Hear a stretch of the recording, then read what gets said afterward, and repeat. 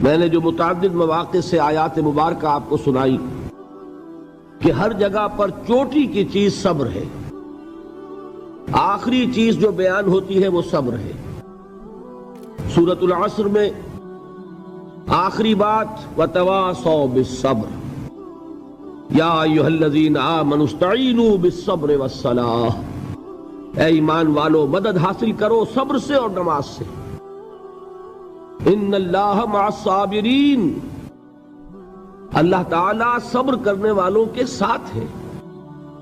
اور پھر آگے چل کر وَبَشِّرِ الصَّابِرِينَ الَّذِينَ إِذَا أَصَابَتْهُمْ مُصِيبَةٌ قَالُوا إِنَّا لِلَّهِ وَإِنَّا إِلَيْهِ رَاجِعُونَ، اے نبی بشارت دیجئے، خوشخبری دیجئے ان صبر کرنے والوں کو کہ جن پر جب بھی کوئی تکلیف یا مصیبت نازل ہوتی ہے تو کہتے ہیں کہ ہم اللہ ہی کے ہیں اور اللہ ہی کی طرف ہمیں لوٹ جانا ہے۔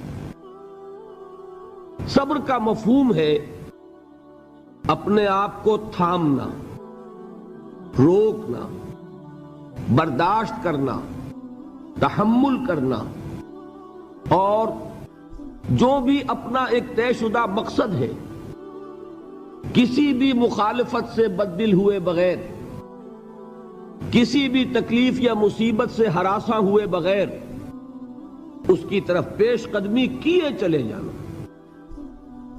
بڑی سخت سردی پڑ رہی ہے، فجر کا وقت ہے، گرم پانی کا اہتمام نہیں ہے، اب اس وقت فجر کی نماز کے لیے اٹھنا، ٹھنڈا پانی اگر ہے تو وضو تو کرنا ہوگا، اس ٹھنڈے پانی سے وضو کرنا، اس وقت لحاف سے نکلنا ہی بہت مشکل، ٹھنڈے پانی سے وضو کرنا اور مصیبت۔ یہ جب تک انسان میں صبر کا مادہ نہ ہوگا ممکن ہی نہیں۔ اس کو کہیں گے صبر علی الطاعہ، اطاعت پر صبر کرنا۔ ناگواری محسوس ہو رہی ہے لیکن اس ناگواری کو برداشت کرتے ہوئے انسان اللہ کے حکم کے اوپر جمع رہے، اللہ کے حکم پر عمل کرے۔ یہ کیا ہے؟ یہ صبر ہے۔ اگر یہ صبر نہیں ہے تو ظاہر بات ہے کہ انسان اللہ کے اس حکم پر عمل نہیں کر سکے گا۔ صبر کا مادہ نہیں ہوگا تو آپ کام نہیں کر سکیں گے۔ اور اسی کا ایک دوسرا رخ ہے، جب آپ دعوت حق کے لیے کھڑے ہوں گے پہلا قدم کیا آتا ہے؟ استہزاء، تمسخر، مذاق اڑانا، جس کی میں مثال اب دینا چاہتا ہوں محمد الرسول اللہ صلی اللہ علیہ وسلم کی شخصیت سے۔ دیکھیے ہم کیا اور ہماری بساط کیا، ہم کیا مبلغ ہوں گے، کیا داعی ہوں گے، ہمارے اپنے دامن پر داغ ہوتے ہیں، لیکن یہ کہ محمد الرسول اللہ کے دامن پر کوئی داغ تھا؟ ان کو تو سارے مکے والے الصادق الامین کہتے تھے، نہایت محبوب شخصیت تھے، ان کے لیے تو جا صادق، جا الامین، یہ الفاظ سننے میں آتے تھے، آنکھوں کا تارا۔ لیکن جب آپ نے دعوت اب شروع کی، اب قرآن مجید میں دیکھیے کسی نے کہا مجنون ہو گئے، دماغ خراب ہو گیا، پاگل ہو گئے، اجی شاعر ہیں، کچھ شعر جوڑ لیتے ہیں ہم پر دھوک جماتے ہیں۔ کسی نے کہا ساحر ہے، کچھ جادو سیکھ لیا ہے، یہاں تک کہ ایسے بدبخت بھی پیدا ہوئے، قرآن میں ہے ساحر کذاب، سحر کرنے والا جادوگر نہایت جھوٹا۔ یہ الفاظ کہے جا رہے ہیں کس کی شان میں؟ محمد الرسول اللہ صلی اللہ علیہ وسلم۔ قرآن میں نقل کیا گیا یا ایھا الذی نزل علیہ الذکر انک لمجنون۔ کبھی آپ نے اس کا ترجمہ سوچا؟ ہے وہ شخص، دیکھیے تصور کیجئے حضور جا رہے ہیں، تشریف لے جا رہے ہیں، کسی دعوت میں ہے، تبلیغ میں، یا ویسے ہی تشریف لے جا رہے ہیں، اور کوئی ایک جمگھٹا ہے لوگوں کا، ادھر سے فقرہ آتا ہے، تیر کی طرح لگتا ہے دل میں جا کر محمد کے صلی اللہ علیہ وسلم۔ اے وہ شخص جس کا یہ خیال ہے کہ اس پر کوئی ذکر نازل ہو رہا ہے، ہمارے خیال میں تو تمہارا دماغ خراب ہو گیا ہے۔ یا ایھا الذی نزل علیہ الذکر انک لمجنون، کہا کہ نہیں کہا؟ اور یہ نہ سمجھیے کہ حضور صلی اللہ علیہ وسلم کے قلب مبارک کو تکلیف نہیں ہوتی تھی۔ میں قرآن سے ثابت کروں گا، میں کہیں کوئی کہانیاں بیان نہیں کرنا چاہتا۔ قرآن نے کہا ہے وَلَقَدْ نَعْلَمُ انک یضیق صدرک بما یقولون، اے نبی ہمیں خوب معلوم ہے صلی اللہ علیہ وسلم کہ جو کچھ یہ لوگ کہہ رہے ہیں اس سے آپ کا سینہ بھجتا ہے، یہ جو گھٹن ہوتی ہے، صدمہ ہوتا ہے۔ انک یضیق صدرک بما یقولون، ہمیں خوب معلوم ہے کہ جو کچھ یہ باتیں آپ کو سننی پڑ رہی ہیں، یہ کڑوی کسیلی باتیں، یہ جو فقرے چست ہو رہے ہیں، استہزاء ہو رہا ہے، تمسخر ہو رہا ہے۔ سورہ حجر میں ہے، ایک جگہ کھڑے ہوئے لوگ قرآن کا مذاق اڑا رہے ہیں، بھائی فلاں آیت تم لے جانا، فلاں آیت میری ہوگی، اس کے ٹکڑے کر رہے ہیں، اس کے ٹکڑے حصے بکھرے کر کے قیمہ بنا کر ان آیات کا تمسخر اڑا رہے ہیں۔ ایک جگہ قرآن مجیدی میں مذکور ہے کہ فرشتوں کا مذاق اڑ رہا ہے، بھائی یہ دیکھو محمد نے کہا ہے صلی اللہ علیہ وسلم کہ جہنم پر تو کل 19 فرشتے ہیں، علیہا 19 قرآن میں آیت نازل ہوئی۔ ایک پہلوان کہتا بھائی 10 کو تو میں سنبھال لوں گا، باقی 9 کا تم انتظار کر لو۔ یہ باتیں آ رہی ہیں حضور کے کانوں میں، کلام الہی کے ساتھ کیا سلوک ہو رہا ہے، مجھ پر کیا فقرے چست کیے جا رہے ہیں، مجھ پر جس طریقے سے استہزاء اور تمسخر کا رویہ اختیار کیا گیا ہے، دل بھج رہا ہے، دل میں صدمہ ہے۔ دیکھیے سورہ نون ہے، اور میرے نزدیک یہ دوسری وحی ہے جو حضور پر نازل ہوئی ہے، اس کی ابتدائی آیات، نون والقلم وما یسطرون ما انت بنعمت ربک بمجنون وان لک لاجرا غیر ممنون وانک لعلی خلق عظیم فستبصر ویبصرون بأیکم المفتون ان ربک هو یعلم بمن ضل عن سبیلہ وهو اعلم بالمہتدین۔ نون، قسم ہے قلم کی اور جو کچھ یہ لکھتے ہیں۔ اے نبی آپ اپنے رب کی نعمت سے مجنون نہیں ہیں۔ یہ کیوں کہا جا رہا ہے؟ حضور کو جو صدمہ پہنچا ہے وہی نازل ہوئی ہے دل جوئی کے لیے، تسلی کے لیے۔ آپ کیوں برا منا رہے ہیں؟ اے نبی آپ کیوں صدمہ اور رنج اور اندوہ محسوس کر رہے ہیں؟ ان بدبختوں کے کہنے سے کوئی آپ مجنون ہو جائیں گے؟ مانتا بے نعمت رب کا بھی مجنون وَإِنَّ لَكَ لَأَجْرًا غَيْرَ مَمْنُونَ، آپ کو جو یہ صبر کرنا پڑ رہا ہے، آپ کو جو یہ جھیلنا پڑ رہا ہے، اس کی وجہ سے آپ کو وہ اجر ملے گا جس کا سلسلہ کبھی منقطع نہیں ہوگا۔ وَإِنَّكَ لَعَلَىٰ خُلُقٍ عَظِيمٍ، اور اے نبی آپ تو خلق عظیم کے حامل ہیں۔ آپ کا اخلاق، آپ کا کردار، آپ کی سیرت، آپ کی شخصیت میں طہارت، نفاست، پاکیزگی، آج تک دنیا نے کوئی پاگل، کوئی مجنون ایسا بھی دیکھا؟ یہ ساری باتیں اللہ تعالیٰ حضور کی دلجوئی کے لیے فرما رہے ہیں۔ اس سے آپ اندازہ کیجئے کہ کتنا صدمہ ہوتا ہوگا۔ یہی ہے، اس ساری چیز کو جمع کیجئے تو یہ چیز کیا ہے؟ وَاصْبِرْ عَلَىٰ مَا يَقُولُونَ وَاهْجُرْهُمْ هَجْرًا جَمِيلًا، صبر کرو اے نبی، صبر کرو اے محمد صلی اللہ علیہ وسلم، جھیلو اور برداشت کرو اس پر جو یہ کہہ رہے ہیں۔ یریدون لیطفئوا نور اللہ بافواہہم، یہ چاہتے ہیں کہ اللہ کے نور کو اپنے منہ سے بجھا دیں، پھونکے مار کے ہی بس۔ نور خدا ہے کفر کی حرکت پہ خندہ زن، پھونکوں سے یہ چراغ بجھایا نہ جائے گا۔ یریدون لیطفئوا نور اللہ بافواہہم واللہ متم نورہ ولو کرہ الکافرون، یہ چاہتے ہیں کہ اپنے منہ کی پھونکوں سے اللہ کے نور کو بجھا دیں، حالانکہ اللہ تعالیٰ تو اپنے نور کا اتمام فرما کر رہے گا، خواہ ان کافروں کو کتنا ہی ناگوار ہو۔ اس کی ترجمانی ہے نور خدا ہے کفر کی حرکت پہ خندہ زن، پھونکوں سے یہ چراغ بجھایا نہ جائے گا۔ یہی وجہ ہے، دیکھیے مکی صورتوں میں خود نبی اکرم صلی اللہ علیہ وسلم کو اتنے مختلف پیرایوں میں صبر کا حکم دیا گیا۔ کچھ مثالیں میں دے چکا ہوں، وَلِرَبِّكَ فَاصْبِرْ، اسی طریقے سے وَاصْبِرْ كَمَا صَبَرَ أُولُو الْعَزْمِ مِنَ الرُّسُلِ، اے نبی صبر کیجئے جیسے کہ صبر کیا ہمارے اولو العزم رسولوں نے۔ وَاصْبِرْ وَمَا صَبْرُكَ إِلَّا بِاللَّهِ، اے نبی صبر کیجئے اور آپ کا صبر تو اللہ ہی کے سہارے ہے۔ وَاصْبِرْ لِحُكْمِ رَبِّكَ، یہ سورہ نون جس کی ابتدائی آیات میں نے آپ کو سنائی، نون والقلم وما یسطرون ما انت بنعمت ربک بمجنون. اس کا اختتام کیا ہوتا ہے؟ وَاصْبِرْ لِحُکْمِ رَبِّكَ وَلَا تَكُنْ كَصَاحِبِ الْحُوتِ اِذْ نَادَىٰ وَهُوَ مَكْظُومٌ. اے نبی صبر کیجئے اپنے رب کے فیصلے کا، انتظار کیجئے اور اس مچھلی والے کے مانند نہ ہو جائیے. مچھلی والا کون؟ حضرت یونس علیہ السلام. مچھلی والے نے اپنے دینی حمیت اور غیرت جو تھی اس کی وجہ سے اللہ کے حکم کا انتظار نہیں کیا، اپنی قوم کو چھوڑ کر چل دیے. نبی کا، رسول کا یہ معاملہ ہوتا ہے. جیسے کہ آپ کو معلوم ہے کوئی افسر ہے کسی حکومت کا، وہ اپنی پلیس آف ڈیوٹی کو نہیں چھوڑ سکتا. He must stick to his place of duty. بڑے افسرز کے لیے تو یہ بہت بہت اہم بات ہے. تو اے رسول، جہاں آپ کو ہم نے تعینات کیا ہے آپ وہاں سے ہل نہیں سکتے کہ ذرا مخالفت ہوئی، لوگوں نے فقرے چست کیے اور آپ کہیں اور چل دیے. دفع ہوئیے، یہ بات نہیں سننا چاہتے، میں کسی اور کو سناؤں گا. ہو سکتا ہے نا؟ ہم تو کرتے ہیں نا یہ، اس لیے کہ ہمیں تو اللہ نے کہیں تعینات تو نہیں کیا نا.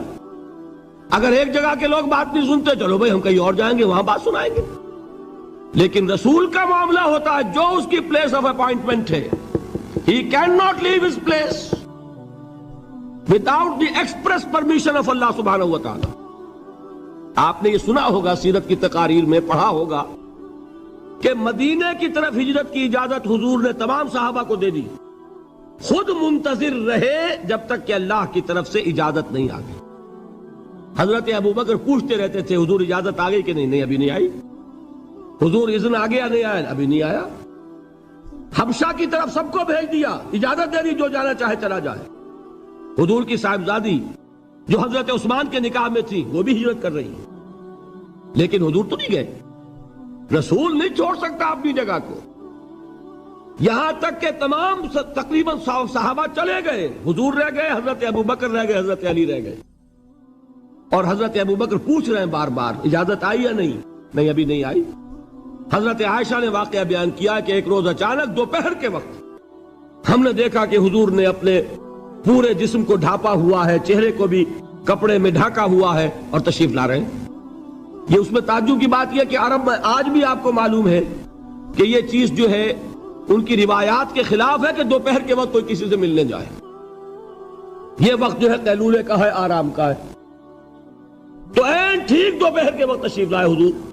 آپ نے آ کے حضرت ابوبکر سے فرمایا کہ اجازت آ گئی ہے. حضرت ابوبکر نے بہت خوش ہو کر ایک بات کہی، حضور میں نے 2 اونٹنیاں تیار کی ہوئی ہیں. یعنی اب آپ وہ تو سوچتے تھے نا شاباش ملے گی کہ میں نے تیاری کی ہوئی ہے. میں نے 2 اونٹنیوں کو خوب کھلا پلا کے فربا کیا ہوا ہے، بڑی توانا ہے تاکہ ہم تیزی کے ساتھ سفر کر سکیں. حضور نے توقف کیا، فرمایا ہاں ٹھیک ہے، 1 اونٹنی میں استعمال کروں گا لیکن میں اس کی قیمت ادا کروں گا. حضرت ابوبکر کی آنکھوں میں آنسو آ گئے. روتے ہوئے کہا حضور مجھ سے یہ مغایرت، کیا یہ جان اور مال کسی اور کے لیے ہے؟ آپ مجھ سے بھی کہہ رہے ہیں میری اونٹنی جو ہے وہ بھی بلا معاوضہ آپ قبول نہیں فرما رہے. یہ ہے محمد الرسول اللہ کی غیرت اور حمیت کا معاملہ. اب دیکھیے ایک بات عجیب ہے، یہ ربط اپنے ذہن میں رکھیے. اللہ تو صبر کی تلقین کر رہا ہے اپنے رسول کو، اور رسول یہی تلقین کر رہے ہیں اپنے صحابہ کو. صبر کرو، جھیلو، برداشت کرو، ہاتھ مت اٹھانا، کوئی جوابی کارروائی نہیں ہوگی، بلکہ اپنے اوپر جھیلو جو کچھ جھیلنا ہے، ڈٹے رہو، پیچھے مت ہٹنا، یہ صبر ہے. لیکن ہاتھ اٹھانے کی اجازت نہیں. چنانچہ اب ذرا چشم تصور سے دیکھیے، ابو جہل اس نے جو بدترین روش اختیار کی، وہ ایک خاندان تھا حضرت یاسر، ان کی اہلیہ حضرت سمیہ اور ان کے فرزند حضرت عمار رضی اللہ تعالی عنہم. یہ غلام نہیں تھے. حضرت سمیہ تو کنیز تھیں لیکن یاسر غلام نہیں تھے. ان کی کہانی یہ ہے، واقعہ یہ ہے کہ یہ بہت نیک آدمی تھے. یاسر یمن کے باشندے، انہیں کو خواب میں بشارت ہوئی کہ نبی کا ظہور ہونے والا ہے مکے میں، جاؤ شاید ان کے قدموں تک پہنچ جاؤ۔ یہ یمن سے ترک وطن کر کے مکے آ گئے۔ ابو جہل کا ایک چچا تھا، بہت شریف النفس انسان، اس کے ساتھ معاہدہ کیا حلیف بن کر، اور وہ مکے میں رہنے لگے۔ اس لیے کہ یہ نوٹ کر لیجئے، مکہ اس وقت ایک قبیلے کا شہر تھا، صرف قریش۔ یا قرشی رہ سکتا تھا وہاں، یا قرشی کا حلیف، کہ اگر تو کسی قرشی نے آپ کو امان دی ہوئی ہے تو آپ رہ سکتے ہیں مکے میں، ورنہ نہیں۔ یا تیسرے قرشی کا غلام، غلام تو ملکیت ہی ہے اس کی، جیسے بھیڑ بکری ہے کسی قرشی کی، اسی طرح اس کے غلام ہے۔ یہ تین کیٹیگریز تھی انسانوں کی مکے میں۔ اسی کو نوٹ کیجئے کہ جو بیچارے غلام تھے وہ سب سے زیادہ ستائے گئے، اس لیے کہ غلاموں کے تو حقوق ہی کوئی نہیں تھے۔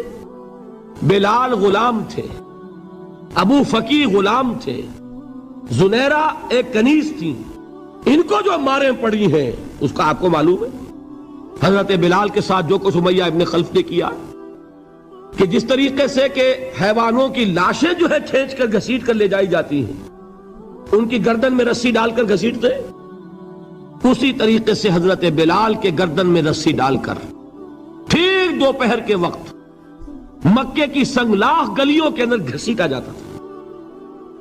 نیچے زمین جل رہی ہے توے کی طرح، اور ویسا بھی ہوتا تھا کہ چت لٹا دیا، اوپر سے وہ آگ مکے کا، کہ سورج جو ہے ذرا نوٹ کیجئے، آگ برسا رہا، نیچے زمین توے کی طرح جل رہی ہے، اور ایک بھاری سل بھی لا کر جو ہے سر پر رکھ دی، چھاتی پر رکھ دی گئی ہے کہ آواز نہیں نکل رہی، جھاگ نکل رہے منہ سے، لیکن اس حال میں بھی احد احد احد، ایک ایک اللہ، قل هو اللہ احد، الفاظ نکل رہے۔ یہ ہے وہ صبر، صبر علی الابتلاء، صبر علی الایذاء۔ یہ ابتلاء اور ایذاء پر صبر ہے، جھیلو برداشت کرو، اس توحید پر قائم رہو، محمد کی رسالت کے اقرار کرتے رہو صلی اللہ علیہ وسلم، لیکن ہاتھ نہیں اٹھانا۔ اب میں آپ کو بتا رہا تھا یہ تو غلام تھے، یہ جو تھے یاسر، یہ حلیف تھے، غلام تو نہیں تھے نا۔ البتہ وہ ابو جہل کے چچا کی کنیز تھی یہ سمیہ، انہوں نے اجازت لے کر ان سے نکاح کر لیا، یہ تو کنیز رہیں گی۔ بیٹا جو ہوا وہ بھی ایک طرح سے، جب کنیز زیادہ ہے تو غلام ہو گیا، عمار ابن یاسر۔ وہ جو شخص تھا بہت شریف النفس ابو جہل کا چچا، وہ مر گیا، اب ابو جہل جو ہے اس خاندان کا سربراہ ہے، لہذا یہ تینوں جو افراد ہیں وہ اس کے رحم و کرم پر ہیں۔ یاسر کو بھی پروٹیکشن اگر ہے تو ابو جہل کی ہے، ابو جہل جو چاہے کرے، اور سمیہ تو کنیز ہے ہی، اس کا تو کوئی حق ہے ہی نہیں، جو چاہے کرے، اور عمار ان دونوں کا بیٹا ہے، لہذا بدترین معاملہ کیا ابو جہل نے ان تین افراد کے ساتھ۔ حضرت سمیہ کے ساتھ جو کچھ کیا گیا ہے آپ اس کا تصور نہیں کر سکتے۔ بالآخر جو شہید کیا حضرت سمیہ کو ایذائیں دے دے کے، سسکا سسکا کے، ان کے جسم کے نازک حصوں کو جلا کے، داغ دے کر، کہتا کیا تھا، ایک دفعہ کہہ دو کہ میرا جو یہ بت ہے یہ بھی الہ ہے، مان لو میں چھوڑ دوں گا۔ تنگ آ گیا، کسی طریقے سے ایک دفعہ کہہ دو پھر میں چھوڑ دوں گا۔ لیکن یہ میاں بیوی حضرت یاسر اور حضرت سمیہ رضی اللہ تعالی عنہما، یہ ہے ثبات، یہ ہے صبر، یہ ہے استقلال، ایک مرتبہ بھی کہنے کے لیے تیار نہیں ہوئے، جو چاہو کر لو، اب ہم تو اس سے پیچھے نہیں ہٹیں گے۔ تنگ آ کر اس نے حضرت سمیہ کی تو شرمگاہ میں برچھا مارا ہے اور شہید کیا۔ حضرت یاسر کے بارے میں ایک روایت یہ ہے، ستا ستا کے، تنگ کر کر کے، آخر کار جو ختم کیا، انہیں شہید کیا کس طرح، 4 سانڈ اونٹ جوان، ان سے رسے باندھے، ایک رسے سے ایک بازو باندھا، دوسرے سے دوسرا بازو باندھا، تیسرے سے ایک ٹانگ باندھی، چوتھے سے دوسری ٹانگ باندھی، اور چاروں کو دوڑایا ہے کہ جسم کے پرخچے ہو گئے۔ اس وقت سامنے سے حضور گزرتے تھے جبکہ آل یاسر کے ساتھ یہ معاملہ ہو رہا ہے، کیا فرماتے تھے، اسبروا یا آل یاسر فإن موعدکم الجنہ، اے یاسر کے گھر والوں صبر کرو، جھیلو، اس لیے کہ تمہارے وعدے کی جگہ جنت ہے. اللہ تعالیٰ ادھر آنکھ بند ہوگی ادھر جنت میں تمہارا داخلہ ہو جائے گا. یہ ہے تواصوا بالصبر والعصر ان الانسان لفی خسر. یہ تواصوا بالصبر پر کون عمل کر رہا ہے؟ محمد الرسول اللہ صلی اللہ علیہ وسلم. دے تو بھی محمد کی صداقت کی گواہی. یہ صداقت کی گواہی دیتے ہوئے انہوں نے اپنی جانیں دے دی. 4 سے لے کر 12 تک 8 برس اس کو کہتے ہیں پرسیکیوشن، فزیکل پرسیکیوشن، تشدد، مار پیٹ، جلانا، دہتے ہوئے انگاروں پر لٹانا، فاقے رکھنا، بھوکے رکھنا. ان کو ڈال دی گئی زنجیریں، گھروں میں بند کر دیا گیا نوجوانوں کو. حضرت عثمان کو چچا نے ان کے ایک چٹائی کے اندر لپیٹا اور دھونی دے دی. دم گھٹ رہا ہے، جان نکل رہی ہے. حضرت مصعب بن عمیر رضی اللہ تعالی عنہ، وہ نوجوان 200 درہم کا جوڑا ان کا سل کر آتا تھا شام سے تیار ہو کر. لباس معطر ہوتا تھا، جدھر سے نکل گیا پوری گلی جو ہے وہ معطر ہو گئی. انگلیاں اٹھ رہی ہیں، وہ جا رہا ہے مصعب، یہ خوشبو اس کی ہے. اس مصعب کے ساتھ کیا سلوک کیا؟ باپ تو مر چکا تھا، ماں نے پالا تھا، دولت بہت چھوڑ کر گیا تھا باپ، لہذا ماں نے بڑے ناز و نام میں پالا، بڑے لاڈ پیار میں. 200 درہم کا جوڑا تیار ہو رہا ہے. لیکن یہ کہ آپ کو معلوم ہے عرب کے اس معاشرے میں عورت کی کوئی حیثیت نہیں تھی، ماں کا اختیار نہیں تھا. چچا تھا اب سربراہ خاندان کا.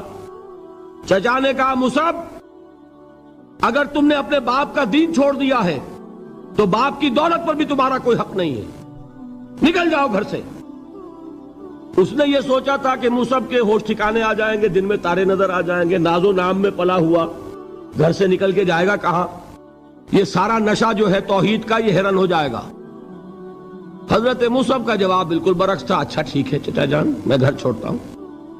وہی بات جو کبھی کہی تھی ابراہیم نے. باپ نے کیا کہا تھا؟ واجرنی ملیہ، جاؤ چلے جاؤ، دفع ہو جاؤ میری نگاہوں سے. حضرت ابراہیم نے کیا جواب دیا تھا؟ سلام علیک ساستغفر لک ربی انہ کان بی حفیہ. اچھا ابا جان آپ کا حکم یہی ہے تو میں چلتا ہوں، آپ پر سلامتی ہو، میرا رب مجھ پر بڑا مہربان ہے، میں اس سے آپ کے لیے استغفار کروں گا. چل دیے. یہی جو ہے حضرت ابراہیمی کی نسل ہے نا قریش. آج ابراہیم کے ایک بیٹے کے ساتھ وہی معاملہ ہو رہا ہے مصعب کے ساتھ، اور مصعب چلنے کے لیے تیار ہو گئے. چچا نے سوچا میں سمجھتا تھا کہ ہوش ٹھکانے آ جائیں گے، یہ تو تیار ہو گیا نکلنے کے لیے. غصے میں آ کے اگلی بات کہی، یہ کپڑے جو پہنے ہوئے تم نے یہ بھی اسی مشرک باپ کی کمائی کے ہیں، اتارو ان کو. وہی کپڑے اتارے، مادر زاد برہنہ گھر سے نکالے گئے. ماں کے پاس پہنچے، ماں نے آنکھوں پر ہاتھ رکھے. مصعب کیا ہوا؟ ماں سے کہتے ہیں کہ ماں میں موحد ہو گیا. اور وہاں سے گئے، پھر حضور کی خدمت میں کپڑے کہیں سے مانگے ہوں گے. یہ مصعب ہیں 200 درہم کا جوڑا پہننے والے. جب حضور پر مدینے کے 12 افراد ایمان لائے تھے، بیعت عقبہ اولا ہوئی، انہوں نے کہا کہ حضور ہمیں کوئی شخص اپنا ایسا شاگرد دیجئے جو ہمیں قرآن پڑھا سکے. حضور نے حکم دیا مصعب جاؤ، اب مدینے جاؤ، یثرب جاؤ، یثرب والوں کو قرآن پڑھاؤ، انہیں تبلیغ کرو. مصعب گئے ہیں وہاں، 1 سال کی کمائی 75 افراد لا کر حضور کے جھولی میں اگلے سال ڈال دیے کہ حضور یہ میری 1 سال کی کمائی ہے. 72 مرد 3 عورتیں. بہرحال وہ مصعب بن عمیر ہے جو غزوہ احد میں شہید ہوئے، اور جب شہید ہوئے تو ان کے جسم پر صرف ایک چادر تھی. یہی چیزیں ہیں اصل میں کہ جو ہمارے دلوں کو منور کرنے والی ہیں نور ایمان سے. وہ علم بردار تھے غزوہ احد میں، جھنڈا مسلمانوں کا ان کے پاس تھا. ایک ہاتھ پر ایک شانے پر وار پڑا، ہاتھ کٹ گیا، دوسرے سے تھاما، دوسرے پہ کٹ گیا، اب دونوں حصوں کے بچے ہوئے ٹکڑوں سے جھنڈے کو تھاما، گرنے نہیں دیا، یہاں تک کہ شہید ہو گئے. گرے ہیں تو جھنڈا گرا ہے. شکل میں حضور سے بہت مشابہ تھے. خبر اڑ گئی کہ محمد شہید ہو گئے صلی اللہ علیہ وسلم. یہ مصعب بن عمیر کا واقعہ ہے. جب ان کو اب دفن کرنے کا وقت آیا، اور شہید کے لیے کفن جو ہے اس کا وہی لباس ہوتا ہے جو شہادت کے وقت ہو، حضور کے سامنے ایک پرابلم پیش کیا گیا. حضور مصعب کے جسم پر تو ایک چادر تھی، اور وہ چادر بھی اتنی چھوٹی ہے، یعنی 2 گز کی چادر بھی نہیں ہے. اس سے اگر سر ڈھانپتے ہیں موسم کا تو پیر کھل جاتے ہیں، پیر ڈھانپتے ہیں تو سر کھلتا ہے، کیا کریں؟ حضور نے فرمایا سر ڈھانپ دو چادر سے اور پیروں پر گھاس ڈال دو، یہ آخری لباس ہے جو محمد کے اس دیوانے کو اس دنیا سے رخصت ہوتے ہوئے ملا ہے، جس کا 200 درہم کا جوڑا چلتا تھا۔ یہ ہے صبر۔ برداشت کیا کہ نہیں کیا؟ یہ خباب بن الارت پیشے کے لحاظ سے لوہار تھے۔ سوچئے ایک زندہ انسان کو دہتے ہوئے انگاروں پر لٹایا جا رہا ہے، ان انگاروں سے کھال جلی، کمر کی چربی پگھلی، اس پگھلنے والی چربی سے وہ انگارے ٹھنڈے پڑے، یہ سب کچھ جھیل رہا ایک شخص۔ سوچنے والوں نے سوچا نہیں ہوگا کیا جرم تھا ان کا، تو بڑا شریف آدمی ہے، بہت اچھا کاریگر ہے، وقت پر کام دیتا ہے، مناسب اجرت لیتا ہے، یہ کیا ہوا؟ یہ کوئی جرم نہیں، جرم صرف ایک ہے، ایک اللہ کو مانتا ہے اور محمد کے دامن سے وابستہ ہے صلی اللہ علیہ وسلم۔ فاستعینوا بالصبر والصلاۃ، مدد حاصل کرو کس سے؟ صبر سے اور نماز سے۔ ان اللہ مع الصابرین، جان لو کہ اللہ تعالیٰ صبر کرنے والوں کے ساتھ ہے۔ وَلَا تَقُولُوا لِمَنْ يُقْتَلُ فِي سَبِيلِ اللَّهِ أَمْوَاتٌ، اور ہرگز نہ کہو اسے جو اللہ کی راہ میں قتل ہو جائے کہ وہ مردہ ہے۔ بَلْ أَحْيَاءٌ وَلَكِنْ لَا تَشْعُرُونَ، نہیں، وہ زندہ ہے لیکن تمہیں ان کا شعور نہیں ہے۔ اور سنیے اب یہ آیت اہم ترین ہے صبر کے موضوع پر۔ وَلَنَبْلُوَنَّكُمْ بِشَيْءٍ مِّنَ الْخَوْفِ وَالْجُوعِ وَنَقْصٍ مِّنَ الْأَمْوَالِ وَالْأَنفُسِ وَالثَّمَرَاتِ وَبَشِّرِ الصَّابِرِينَ، اور دیکھو ہم تمہیں آزمائیں گے، وَلَنَبْلُوَنَّكُمْ، ہم لازماً آزمائیں گے تمہیں، بِشَيْءٍ مِّنَ الْخَوْفِ، خوف کی کیفیت طاری کر کے، والجوع، بھوک، فقر اور فاقہ، ونقص من الاموال، مالی نقصان، والانفس، جانی نقصان، والثمرات، اور ثمرات، پھلوں اور میووں کا نقصان۔ میرے نزدیک یہاں پر ثمرات کا مفہوم ایک اور بھی ہے۔ ایک تو صاف تھا کھجور کی فصل تیار ہے، غزوہ تبوک جانے کا حکم مل گیا، کون اتارے گا؟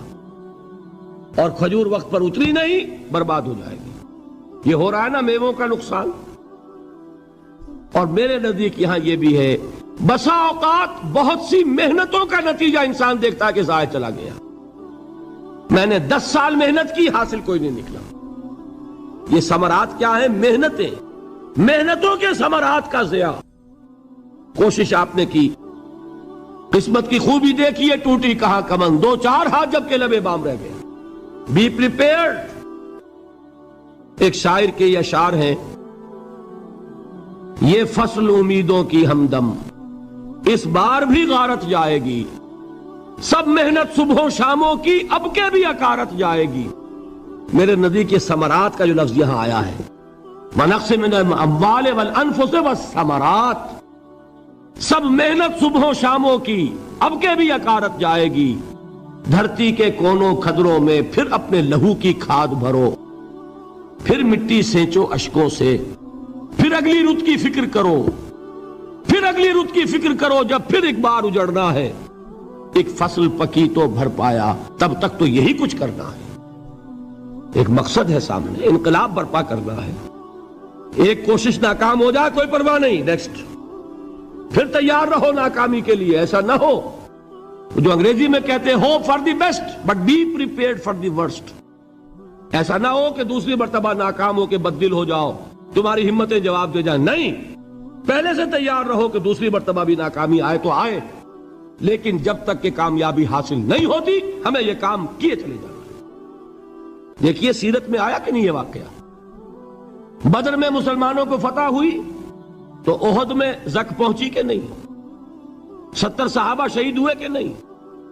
اگر ان کی ہمتیں جواب دے جاتی تو گاڑی کیسے چلتی آگے؟ تو فرمایا وَلَنَبْلُوَنَّكُمْ بِشَيْءٍ مِّنَ الْخَوْفِ وَالْجُوعِ وَنَقْصٍ مِّنَ الْأَمْوَالِ وَالْأَنفُسِ وَالثَّمَرَاتِ، ہم تمہیں لازم آزمائیں گے خوف کی کیفیت سے، فقر و فاقے کی کیفیت سے، بھوک سے، جان کے نقصان سے، مال کے نقصان سے، محنتوں کے حاصل کے ضائع ہو جانے سے۔ وَبَشِّرِ الصَّابِرِينَ، اور اے نبی بشارت دیجئے صبر کرنے والوں کو۔ الَّذِينَ إِذَا أَصَابَتْهُمْ مُصِيبَةٌ، وہ کہ جب ان پر کوئی تکلیف آئے، کوئی مصیبت آئے، کوئی آزمائش آئے، قالوا انا للہ وانا الیہ راجعون، وہ یہ کہیں کہ ہم اللہ ہی کے ہیں، اللہ ہی کی طرف لوٹ جانا ہے۔ یہ وہی انداز ہے جو میں نے فارسی کا شعر سنایا تھا آپ کو کہ سر تسلیم خم ہے جو مزاج یار میں آئے۔ وہ ہمارا مولا ہے، ہمارا آقا ہے، اگر اسے یہی منظور ہے تو ہمیں بھی یہی منظور ہے۔ میں نے تسلیم و رضا کی بات کی تھی نا، آپ کو کچھ شعر سنائے تھے، ایک شعر اور سنیے، اور یہ کس کا ہے؟ محمد علی جوہر کا۔ ایک مرتبہ جیل گئے، ان کی ایک بیٹی جوان بیمار ہوئی، فوت ہو گئی، باہر چھوڑا انگریز نے، جاؤ بھائی دفن کر دو بیٹی کو۔ دوسری مرتبہ جیل گئے، دوسری جوان بیٹی اسی مرض میں مبتلا ہوئی، اب یہ جیل میں ہے، خبر پہنچی کہ دوسری بیٹی کے اوپر بھی اسی مرض کا حملہ ہوا ہے۔ ایک نظم لکھی ہے جس کا آخری شعر یہ ہے، تیری صحت ہمیں منظور ہے لیکن اس کو نہیں منظور تو پھر ہم کو بھی منظور نہیں۔